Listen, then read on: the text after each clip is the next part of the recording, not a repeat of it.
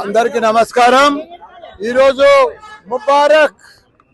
Mubarak hotel మేడ్చల్లో centre లో చాలా పెద్ద ఎత్తున మంచి బిర్యానీ గాని అన్ని రకాల కూడా బేకరీ ఐటమ్స్ గాని జబర్దస్త్ పాన్ గాని అన్ని కూడా బాగా ఇక్కడ మనం నా చేతుల మీద ప్రారంభించడం।